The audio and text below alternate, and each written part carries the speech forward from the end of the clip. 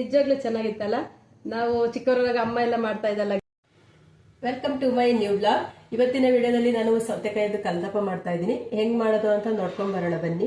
ನಾನು ಇವಾಗ ಸೌತೆಕಾಯಿ ಕಟ್ ಮಾಡಿ ಇಟ್ಕೊಂಡಿದ್ದೀನಿ. ನಾನೊಂದು 5 ಸೌತೆಕಾಯಿ ತಗೊಂಡಿದ್ದೀನಿ. ಸಿಪ್ಪೆ ಸಮೇತ ಹಂಗೆ ಗ್ರೈಂಡ್ ಮಾಡ್ಕೊಳ್ಳೋಣ ಬನ್ನಿ. ಗ್ರೈಂಡ್ ಮಾಡ್ಕೊಳ್ಳೋಕೆ ಮಿಕ್ಸಿ ಜಾರಿಗೆ ಹಾಕ್ತಾ ಇದ್ದೀನಿ. ನಾನೊಂದು 3 ಅವರ್ಸ್ ಮುಂಚೆನೆ ಅಕ್ಕಿಯನ್ನ ನೆನೆ ಹಾಕಿದ್ದೆ. ಇಲ್ಲಿ ವೈಟ್ ರೈಸ್ ಮಾತ್ರ ಯೂಸ್ ಮಾಡ್ತಾ ಇದ್ದೀನಿ ನಾನು. ಸೌತೆಕಾಯಿ ಹಾಕೋಣ. ಇದಕ್ಕೆ ನೀರು ಹಾಕೋದು ಬೇಕಾಗಿಲ್ಲ, ಯಾಕಂದ್ರೆ ಸೌತೆಕಾಯಲ್ಲಿ ನೀರು ಆಗೋಗುತ್ತೆ ಇದು.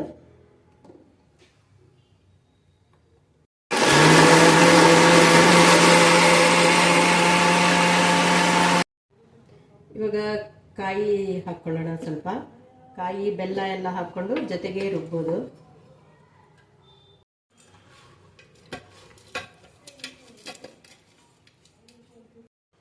ಸ್ವಲ್ಪ ರುಚಿಗೆ ತಕ್ಕಷ್ಟು ಉಪ್ಪು ಹಾಕೊಳ್ತಾ ಇದ್ದೀನಿ.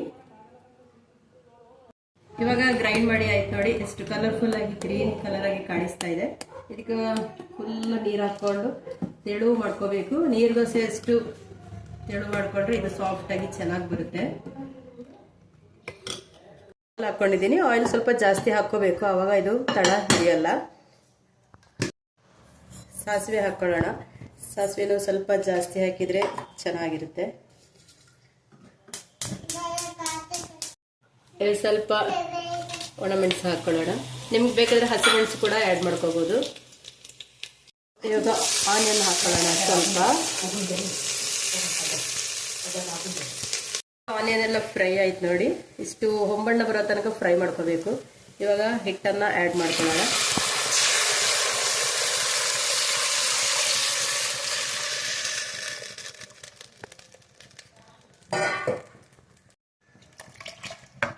ನೋಡಿ, ಇನ್ನೊಂದ್ಸರಿ ಎಲ್ಲ ಮಿಕ್ಸ್ ಮಾಡಿಕೊಂಡು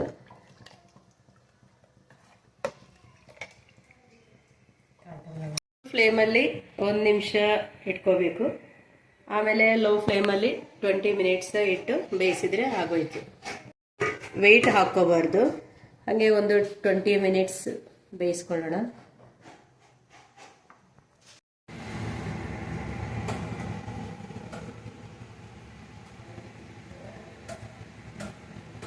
ಕಲ್ತಪ್ಪ ರೆಡಿ ಆಗಿದೆ. ಇವಾಗ ತುಂಬಾ ಚೆನ್ನಾಗಿ ಬಂದಿದೆ ನೋಡಿ, ಎಷ್ಟು ಸಾಫ್ಟ್ ಆಗಿ ಕೇಕ್ ತರ ಕಾಣಿಸ್ತಾ ಇದೆ. ಅಕ್ಕ ಬಂದಿದ್ದಾಳೆ ನೋಡಂತಕ್ಕ, ಟೇಸ್ಟ್ ಮಾಡಿದ್ದಾನೆ. ಹೇಗಿದೆ ನೋಡಿ ಹೇಳು. ಸೂಪರ್ ಆಗಿದೆ. ಇದು ನಿಜವಾಗ್ಲೂ ಚೆನ್ನಾಗಿತ್ತಲ್ಲ ಟೇಸ್ಟ್. ನಾವು ಚಿಕ್ಕವರಾಗೆಲ್ಲ ಅಮ್ಮ ಮಾಡ್ತಾ ಇದ್ರು ನೋಡು, ಫ್ರೆಶ್ ಸೌತೆಕಾಯಿ ಎಲ್ಲ ಮನೆಯಲ್ಲೇ ಆಗ್ತಾ ಇತ್ತಲ್ಲ, ಅದು ಎಷ್ಟು ಚೆನ್ನಾಗಿ ಮಾಡ್ತಾ ಇದ್ರು. ನಾವು ಚಿಕ್ಕವರಿರೋದೇ ನೆನಪು ಬರುತ್ತಲ್ಲ. ನಿಂಗೆ ಹೇಗೆ ಅನ್ನಿಸ್ತು ಇದು ನೋಡಿ? ತುಂಬಾ ಚೆನ್ನಾಗಿ ಅನ್ನಿಸ್ತು, ನೆನಪಾಯ್ತು. ಹೌದಾ? ಹಾಗೆ ನನ್ನ ಚಾನೆಲ್ ಅನ್ನ ಸಬ್ಸ್ಕ್ರೈಬ್ ಮಾಡಿ, ತಂಗಿಗೆ ಸಪೋರ್ಟ್ ಮಾಡಿ. Thank you for watching my videos. ನೀವು ಇದೇ ತರ ಟ್ರೈ ಮಾಡಿ, ತುಂಬಾ ಚೆನ್ನಾಗಿರುತ್ತೆ. ಒಂದ್ಸರಿ ಟ್ರೈ ಮಾಡಿ ನೋಡಿ. Thank you.